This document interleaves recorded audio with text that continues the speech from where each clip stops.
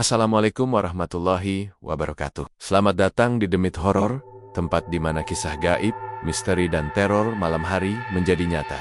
Bersiaplah, karena setiap cerita punya sisi gelap yang tak semua berani ungkap. Semakin pelan, efek angin berhembus, atau suara seretan matikan lampu, pasang headsetmu. Dan jangan lupa baca doa, karena kamu sedang memasuki dunia Demit Horor. Di sebuah desa kecil yang berada di pinggiran kota, hiduplah seorang pria bernama Rosid, usia 36 tahun. Tubuhnya kurus, kulitnya kecoklatan terbakar matahari. Ia adalah pria sederhana yang setiap hari berjuang demi keluarganya. Rosid tinggal di rumah kayu yang sudah mulai lapuk bersama istrinya, Ayu, dan keempat anak mereka yang masih kecil-kecil. Yang paling besar baru duduk di bangku kelas 4 SD. Sementara yang paling kecil masih berusia 3 tahun. Rosid dulunya bekerja sebagai buruh harian lepas di proyek bangunan, kadang jadi kuli angkut di pasar, atau apapun yang bisa menghasilkan uang halal. Hidupnya jauh dari kemewahan, tapi ia adalah sosok suami dan ayah yang bertanggung jawab. Ayu, istrinya, adalah wanita sabar yang setia mendampingi dalam susah maupun senang. Mereka sering makan hanya dengan nasi dan garam, tapi tawa anak-anak, mereka tetap menghiasi rumah kecil itu setiap malam. Namun, belakangan ini nasib buruk seperti tak henti menimpa Rosid. Sudah hampir sebulan, ia tak mendapat pekerjaan tetap. Proyek bangunan di kota tempat biasa ia bekerja mendadak tutup. Beberapa teman sesama buruh memilih merantau keluar kota, sementara Rosid tetap bertahan, berharap ada lowongan kerja di sekitar desa.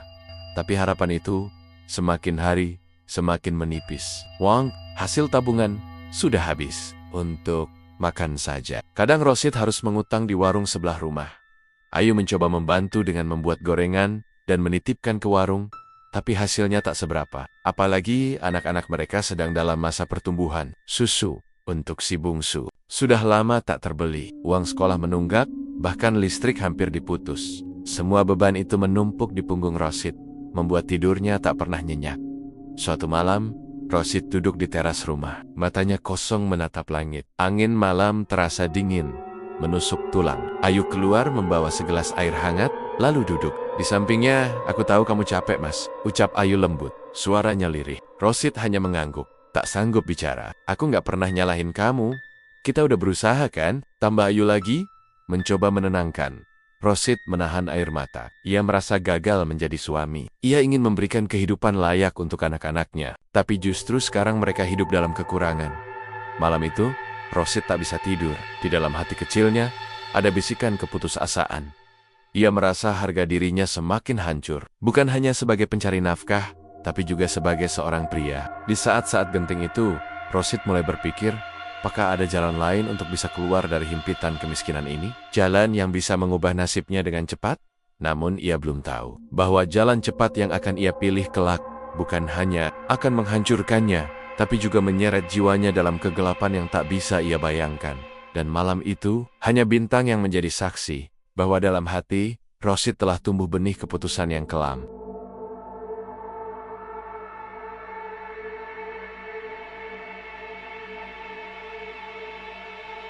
Pagi itu, udara terasa lebih panas dari biasanya. Langit mendang, tapi tidak menurunkan hujan. Rosid duduk termenung di depan rumah, mengenakan kaos oblong lusuh dan sarung yang mulai robek di ujungnya. Ia baru saja pulang dari mencari kerja di pasar dan bengkel-bengkel pinggir jalan, namun tak satu pun yang menerima. Bahkan, beberapa tempat yang biasa memberinya kerja harian, kini sudah punya tenaga tetap.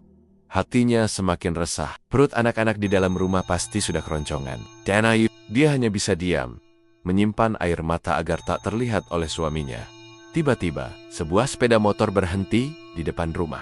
Seorang pria turun sambil tersenyum lebar. Tubuhnya kekar, pakaiannya necis, dan dompet tebal menyembul dari saku. "Celananya, Rosid!" Lama tak jumpa seru pria itu. Rosid mengerjap, mencoba mengenali sosok di hadapannya. "Wanto?" Tanyanya ragu. Benar, Wanto, teman lamanya saat masih bekerja bangunan. Tapi sekarang penampilannya sudah jauh berbeda. Baju bagus, rambut licin, dan motor mentereng. Wanto masuk ke rumah tanpa diminta, langsung duduk dan tertawa lebar. "Aku dengar-dengar kamu lagi susah, Sid. Kerjaan makin seret ya," katanya tanpa basi-basi. Rosid hanya mengangguk pelan. Wanto mencondongkan badan ke depan, lalu berkata lirih, "Kalau kamu mau, aku bisa bantu. Sekarang, aku kerja, ikut bos besar. Usaha kami lancar, duit ngalir terus tiap minggu. Rosid menatapnya heran. Usaha apa? Wanto tersenyum miring, penagih utang. Rosid langsung terdiam. Wanto melanjutkan. Bukan pekerjaan kotor, Sid. Kita cuma datang ke orang-orang yang punya utang, minta mereka bayar. Kita dikasih jatah komisi dari setiap tagihan. Gampang, gak perlu mikir, asal tegas saja. Bosku gak suka orang lembek. Rosid mulai gelisah. Ia tahu persis reputasi kerjaan. Seperti itu, banyak cerita soal rentenir yang kejam, penagih yang galak, bahkan tak segan pakai kekerasan. Tapi saat mengingat wajah anak-anaknya dan suara perut kosong mereka, hatinya mulai goyah. Aku ini bukan tipe orang yang bisa ngomong kasar tuh. Aku gak tega maksa orang, kata Rosid, mencoba menolak secara halus. Wanto tertawa. Awalnya aku juga gitu, tapi lihat sekarang. Rezeki lengker, istri senyum terus, anak-anak kenyang. Gak semua orang bisa tahan hidup miskin, Sid. You kepal. Itu menusuk hati Rosid. Ia menatap lantai Lidonia Kelu. Dalam diam, pikirannya kacau. Apa yang harus ia lakukan? Wanto menyelipkan secari kertas ke tangan Rosid. Kalau kamu berubah pikiran, datang aja ke alamat ini. Bosku pasti mau kasih kamu kesempatan. Setelah Wanto pergi, Rosid menggenggam kertas itu dengan tangan gemetar. Ia tahu, keputusan ini akan mengubah hidupnya. Tapi, ia belum tahu bahwa setiap uang yang akan ia terima nanti punya harga yang lebih mahal dari nyawanya sendiri.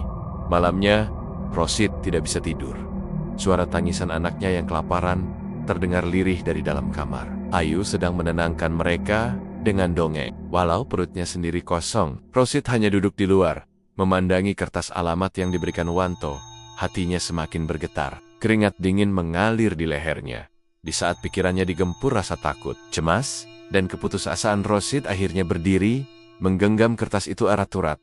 Tanpa sepatah kata pun kepada Ayu, ia berjalan keluar rumah. Dan dari langkah kecil itu, Rosid tanpa sadar telah menapaki jalan menuju kegelapan.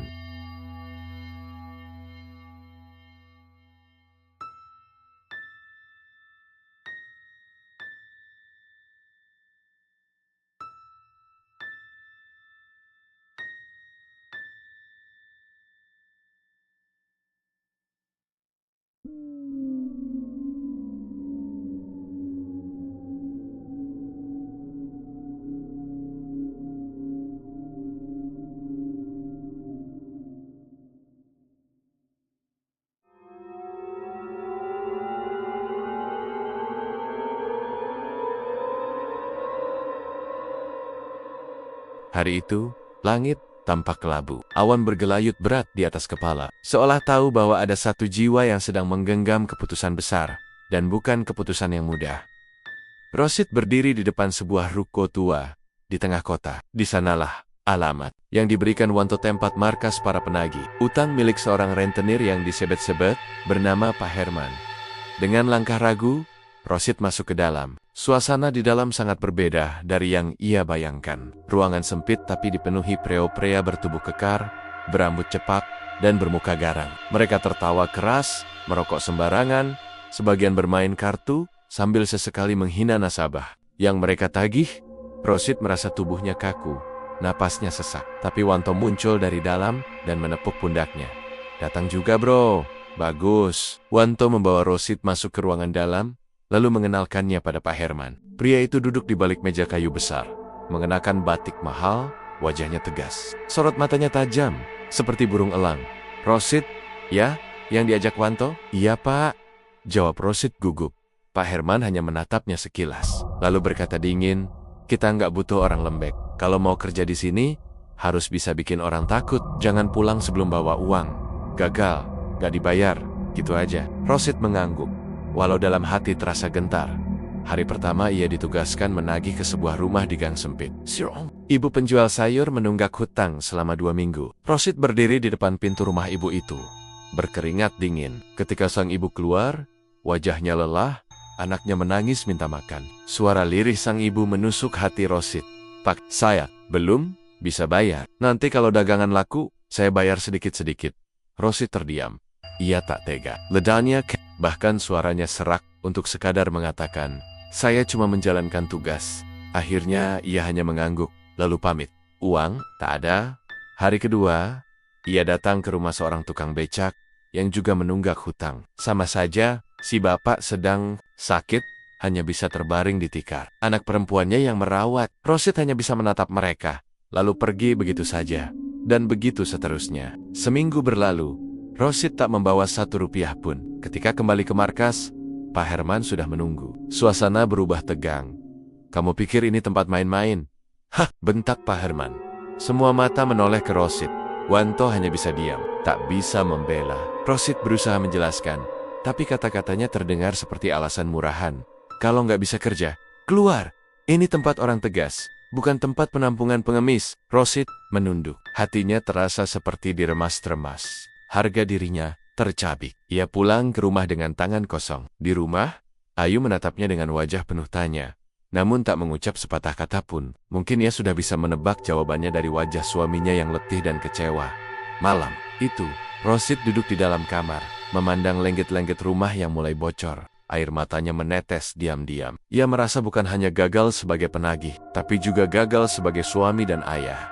Namun, di tengah kehancuran batinnya, tiba-tiba ia teringat pada satu cerita lama, sebuah bisikan yang pernah ia dengar dari tukang ojek di kampung tentang susuk pemikat, susuk aura berwibawa, susuk yang bisa membuat orang tunduk hanya dengan tatapan. Rosid menggenggam kedua tangannya. Kali ini, ia tidak ingin gagal lagi. Ia tidak tahu bahwa pintu yang akan ia buka berikutnya adalah pintu yang tak bisa ditutup kembali. Pintu menuju kegelapan, yang menagih lebih dari sekadar hutang.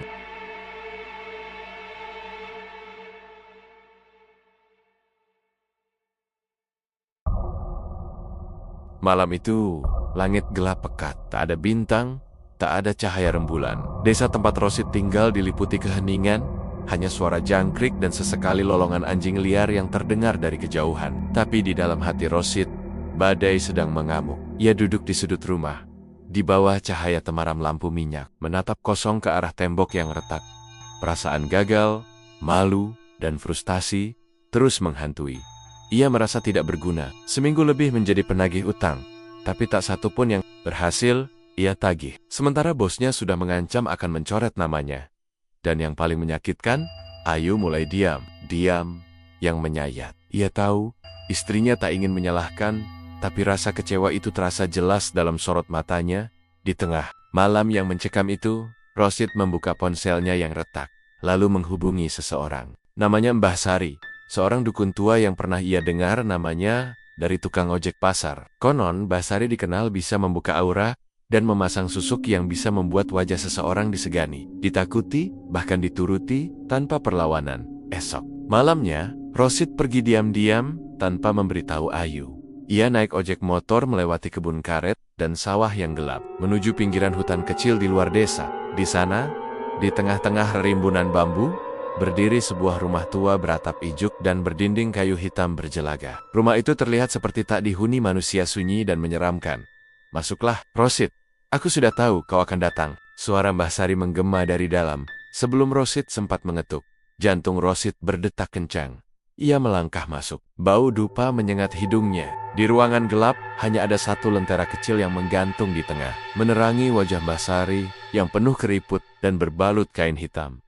Matanya cekung, tapi tajam. Di belakangnya tergantung berbagai benda aneh, keris, tulang, dan botol-botol kecil berisi cairan keruh. "Kau ingin dihormati, ditakuti, jadi penagih yang tak bisa ditolak, betul?" tanya Mbah Sari tanpa basa-basi. Rosid mengangguk, menelan ludah. Mbah Sari tersenyum, tapi bukan senyum biasa. Ada aura dingin yang menyeruak dari balik senyumnya itu. Ia membuka kotak kayu kecil, lalu mengeluarkan jarum emas kecil, dan segenggam susuk halus yang mengilap seperti serpihan kaca. "Ini susuk pengikat lidah dan tatapan, akan kupasang di matamu, bibirmu, dan di bawah kulit wajahmu. Tapi ingat Rosid, ini bukan mainan. Kau akan disukai dan ditakuti. Tapi jika kau gunakan untuk menyakiti yang tak layak disakiti, kau sendiri yang akan dililit balasannya." Tanpa pikir panjang, Rosid mengangguk. Ia sudah terlalu terpojok, terlalu banyak kecewa. Ia siap menukar segalanya demi bisa bangkit. Ritual Pandemiut. Mbah Sari membacakan mantra dengan suara berat dan bergetar. Ruangan berbau kemenyan dan darah ayam hitam yang dikorbankan. Rosid duduk bersila, tubuhnya menggigil. Jarum kecil ditusukkan ke wajahnya pelipis, bibir, pipi, dan kelopak. Mata, sakitnya tak tertahankan, seperti ditusuk dari dalam kepala. Tapi Rosid bertahan. Ia harus kuat. Sudah, sekarang kau akan berbeda. Kau akan lihat sendiri. Bisik Mbah Sari dengan suara lirih namun tajam. Beberapa hari setelah itu, perubahan terjadi.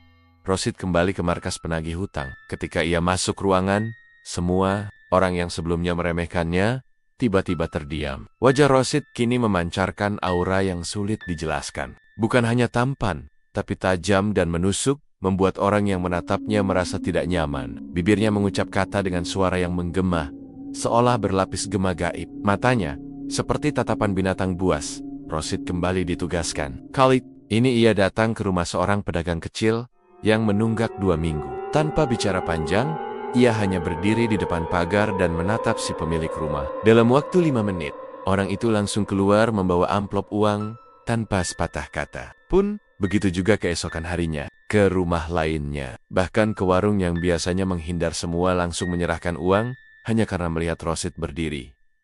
Rosid mulai menikmati kekuatan itu. Ia merasa seperti raja, seolah wajahnya memiliki kuasa gaib yang membuat semua orang tunduk. Ia tak lagi perlu memohon, tak perlu marah.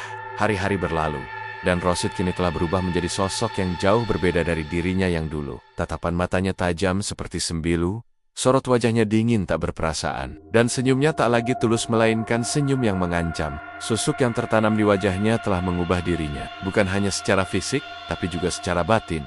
Di antara para penagih, Rosid kini menjadi pembicaraan. Bukan karena kelucuan atau keluguannya seperti dulu, tapi karena ia adalah penagih paling ditakuti. Banyak nasabah yang langsung membayar hutangnya hanya dengan melihat Rosid datang. Bahkan, ada yang sudah bersiap-siap di depan pintu rumah, begitu mendengar suara motornya dari ujung gang. Wanto, yang dulu mengajaknya bekerja, kini justru mulai merasa takut melihat perubahan temannya sendiri. Lo masih inget, kita ini manusia, kan? Tanya Wanto suatu malam, ketika mereka sedang duduk di warung kopi. Rosid hanya melirik, menghisap rokoknya dalam-dalam, lalu menjawab datar. Manusia yang lemah itu cuma jadi sampah di dunia ini tuh. Yang kuat yang bertahan. Ucapan itu membuat Wanto terdiam. Ia tak mengenali temannya lagi.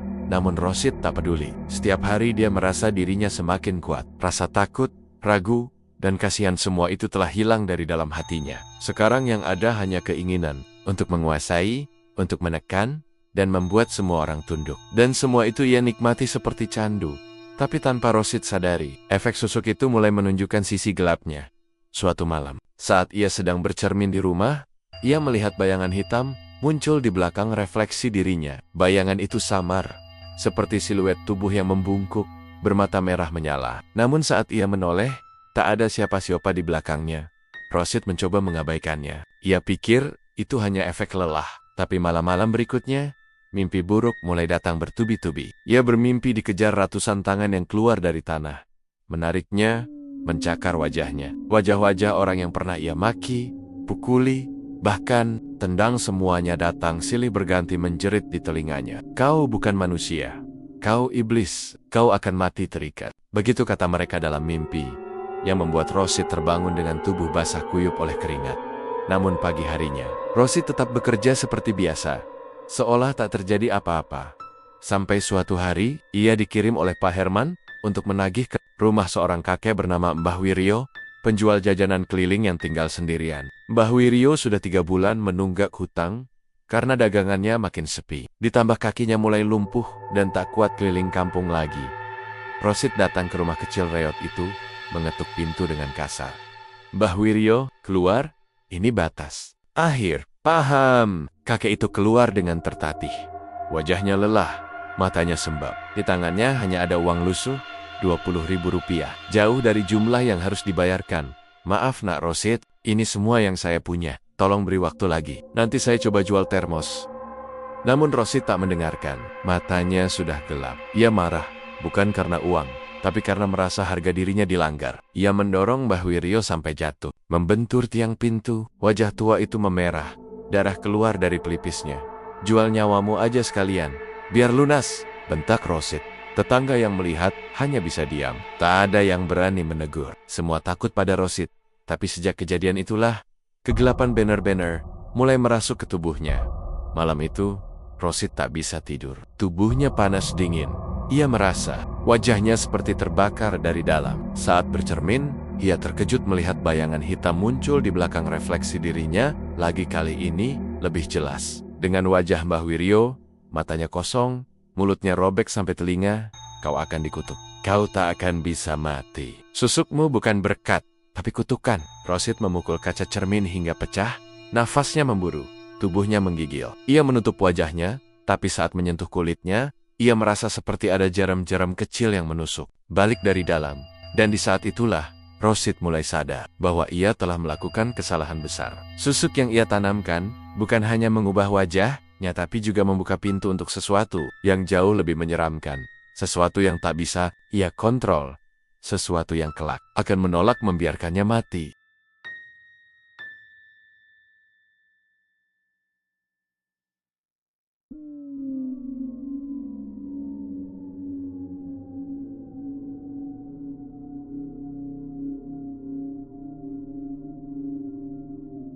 Sejak kejadian di rumah Mbah Wiryo, kehidupan Rosid berubah drastis.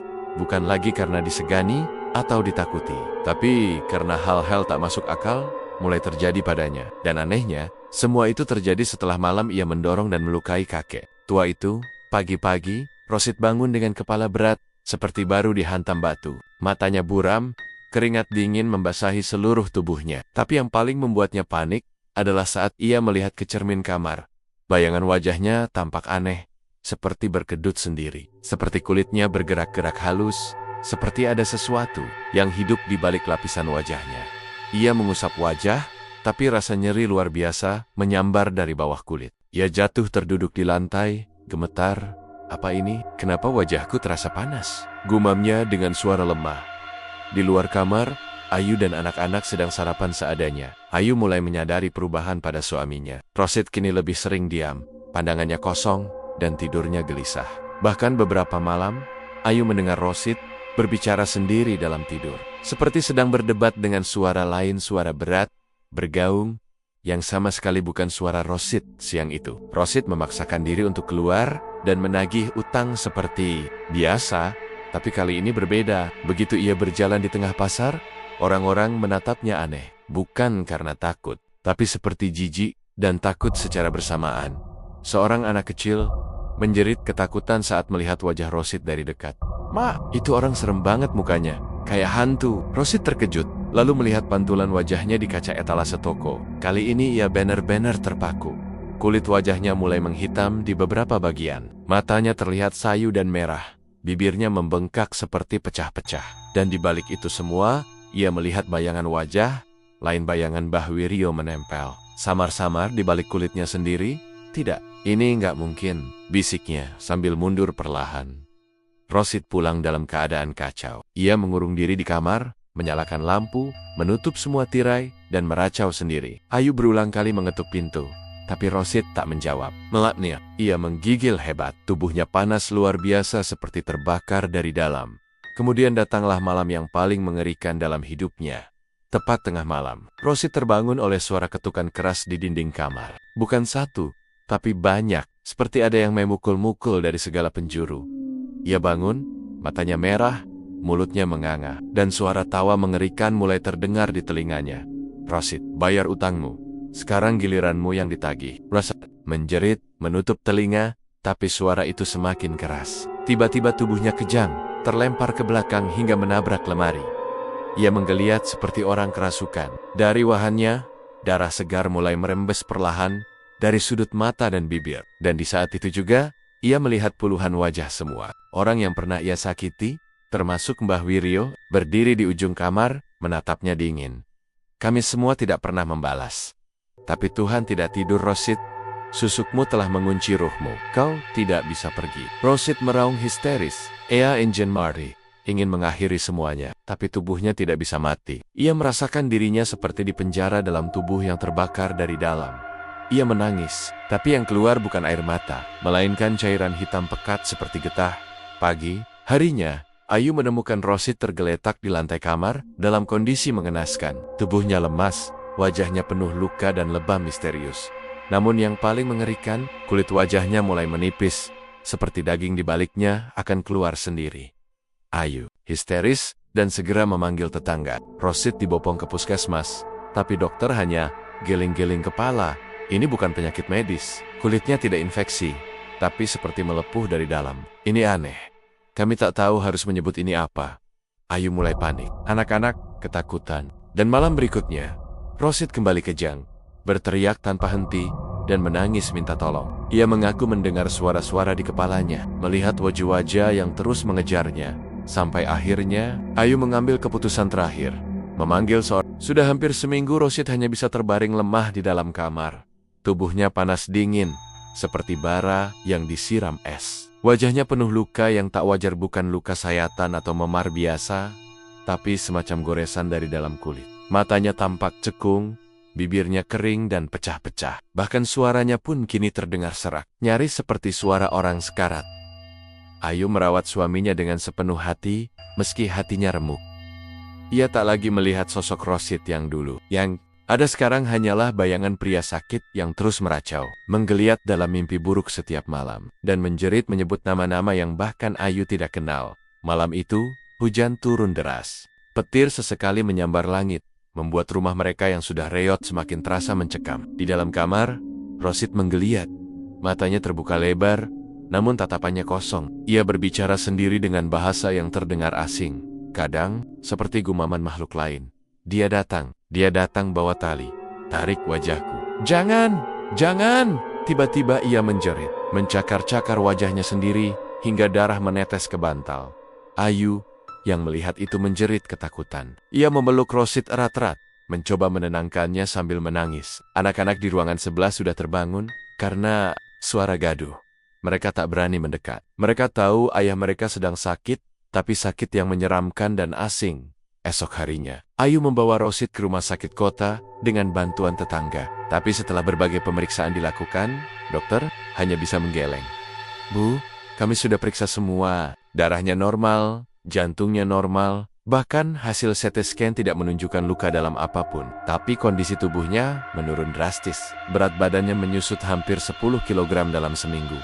Kami tidak tahu ini penyakit apa. Ayu terduduk lemas. Ayat, ini bukan penyakit biasa. Ini bukan urusan medis. Dan akhirnya, dengan sisa harapan yang masih menggantung tipis, Ayu memanggil Kiai Mansur, seorang ulama sepuh dari desa seberang yang dikenal sering membantu kasus-kasus aneh yang tak bisa dijelaskan logika. Kiai Mansur datang sore itu bersama seorang santri muda. Begitu masuk ke kamar, Kiai langsung menutup mata, lalu menarik napas dalam-dalam. Wajahnya berubah tegang. Ia duduk di lantai, mengusap janggutnya pelan, lalu menatap Ayu dengan sorot yang dalam. Ibu, Ayu, suami ibu sudah menanam sesuatu dalam tubuhnya. Ini bukan penyakit, ini ikatan gaib. Susuk yang dipasang bukan sembarangan. Ini susuk pemaksa, susuk pengikat jiwa. Ayu menutup mulutnya, tubuhnya gemetar. Ia ingat, beberapa bulan lalu Rosid memang berubah tiba-tiba. Wajahnya seperti orang lain, penuh percaya diri dan angkuh. Tapi ia tidak pernah menduga bahwa itu karena susuk. Kiai Mansur melanjutkan dengan suara berat. Tubuhnya bisa mati, tapi ruhnya akan terus tertahan. Ia tidak akan bisa meninggal sebelum susuk itu diangkat. Dan susuk seperti ini tidak bisa dicabut oleh orang sembarangan. Sore itu, Kiai Mansur mulai melakukan ruqyah. Ayat-ayat suci mengalun memenuhi kamar sempit mereka. Suara Kiai bergema, tegas dan penuh getaran. Rosid yang awalnya hanya terbaring lemas tiba-tiba menggeliat seperti orang kesurupan. Ia berteriak, tangannya mencakar udara, dan dari mulutnya terdengar suara lain, bukan suara manusia, tapi seperti raungan binatang buas yang terluka. Aku tak mau keluar, ini wajah milikku sekarang. Dia sudah memberikannya padaku. Kiai Mansur, takjan. Ia terus melantunkan ayat-ayat suci dengan suara yang semakin keras. Rosid menggeliat hebat, lalu tubuhnya mengejang. Dari wajahnya, titik-titik darah muncul dari bawah kulit. Ayu menjerit, tapi Kiai hanya berkata, biarkan, itu tandanya susuknya mulai keluar. Proses itu berlangsung lebih dari 1 jam, dan saat semuanya selesai, tubuh Rosid terkapar. Napasnya tinggal satu-satu. Wajahnya penuh darah, tapi matanya mulai tenang. Namun, bukan berarti semuanya selesai. Rosid belum juga meninggal. Kiai Mansur berdiri dan berkata lirih kepada Ayu.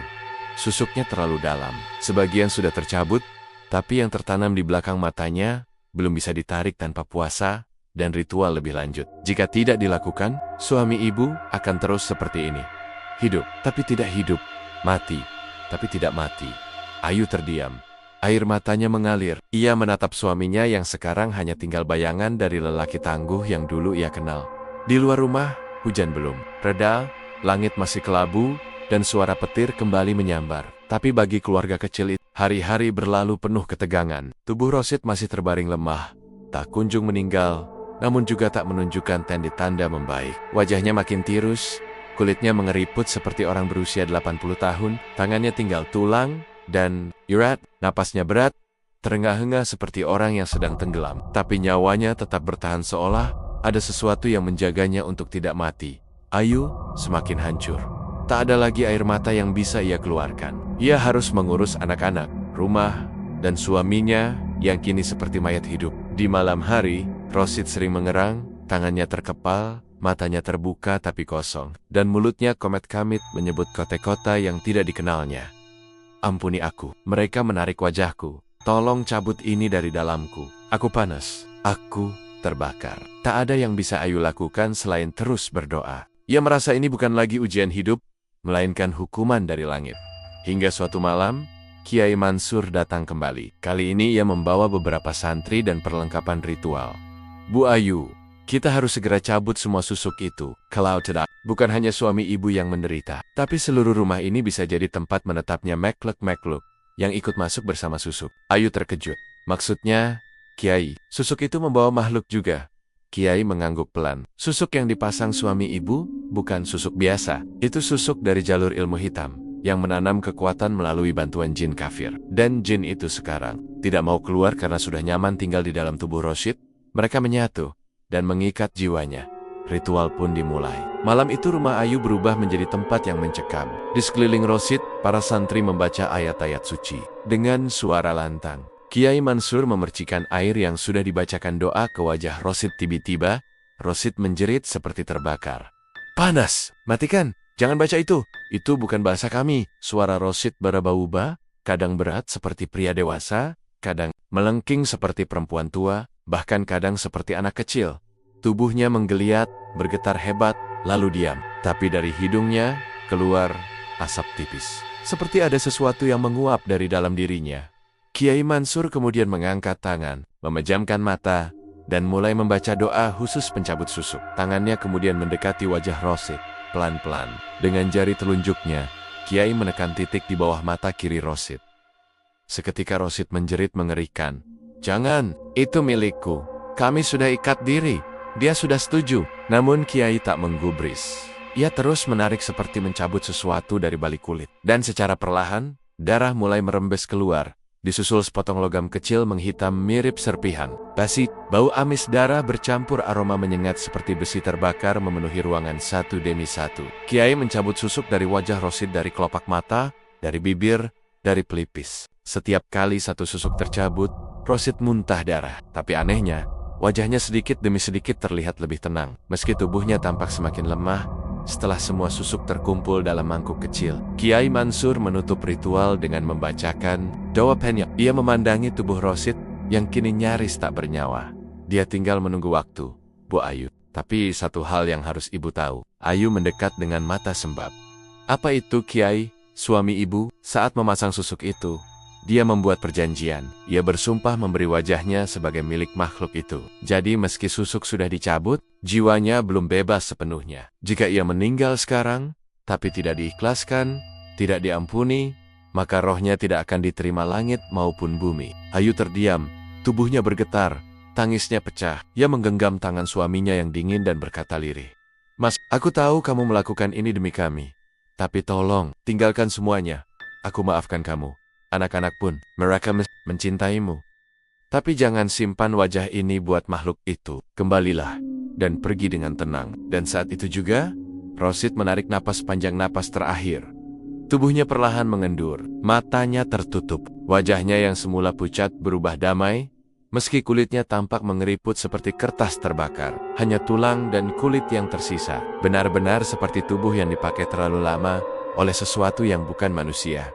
Ritual ditutup dengan penguburan. Rosid, malam itu juga, banyak warga yang ikut mengantar jenazahnya. Tapi sebelum liang lahat ditutup, Kiai Mansur menanam susek-susek yang dicabut tadi dalam guci tanah dan menguburnya. Malam itu, setelah pemakaman Rosid selesai, suasana di rumah Ayu masih berat dan pekat. Hening menggantung di tiap sudut ruangan.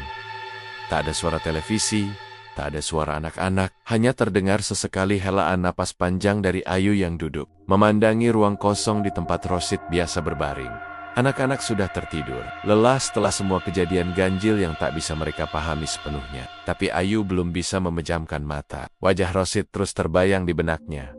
Wajah kurus itu, yang dulu tampan dan hangat, kini tinggal tulang, seperti menyimpan rahasia kelam yang tak bisa diungkap dengan kata-kata.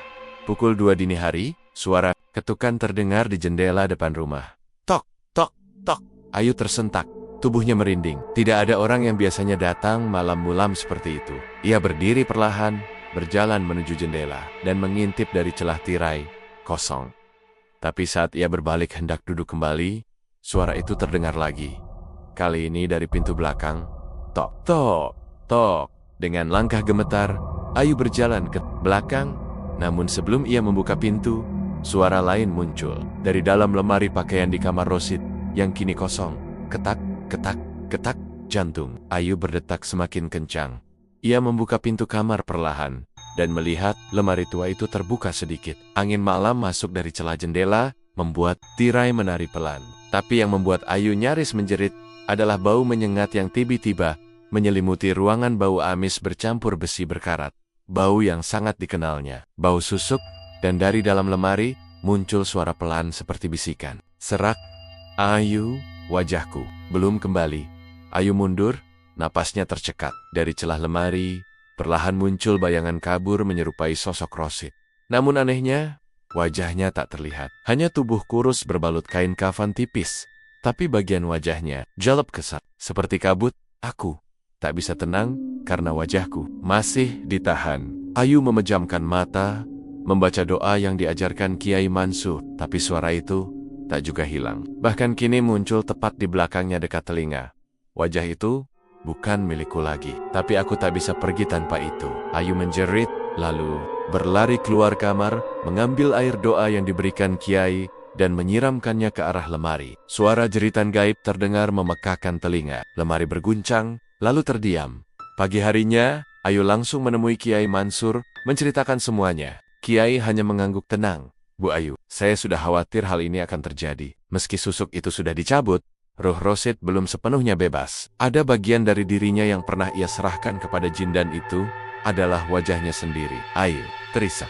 Lalu apa yang harus saya lakukan, Kiai? Kenapa dia masih menghantui? Dia sudah meninggal. Kiai memejamkan mata sejenak, lalu berkata, ada satu cara, kita harus lakukan tirakat malam terakhir, dan ibu harus mengembalikan wajah Rosid ke tanah. Buatkan lubang di atas pusaranya, dan bakar foto wajah Rosid di sana. Lalu tanamkan doa, dan ikhlaskan. Karena hanya istri yang bisa memutus perjanjian cinta sekaligus perjanjian gelap itu. Malamnya, Ayu melakukan apa yang diperintahkan. Di makam Rosid yang masih baru, ia membawa potret suaminya foto saat mereka pertama menikah. Saat Rosid masih penuh senyum dan harapan, ia menyalakan lilin kecil dan membakar foto itu perlahan. Abu foto itu dibiarkan jatuh ke tanah, tepat di atas pusara Rosid. Mas, ini wajahmu yang dulu, sebelum semua itu. Aku kembalikan, aku ikhlaskan, aku maafkan. Tapi kau juga harus pulang ke tempatmu. Jangan kembali lagi membawa gelap. Saat abu foto itu menyentuh tanah, angin malam tiba-tiba berhenti.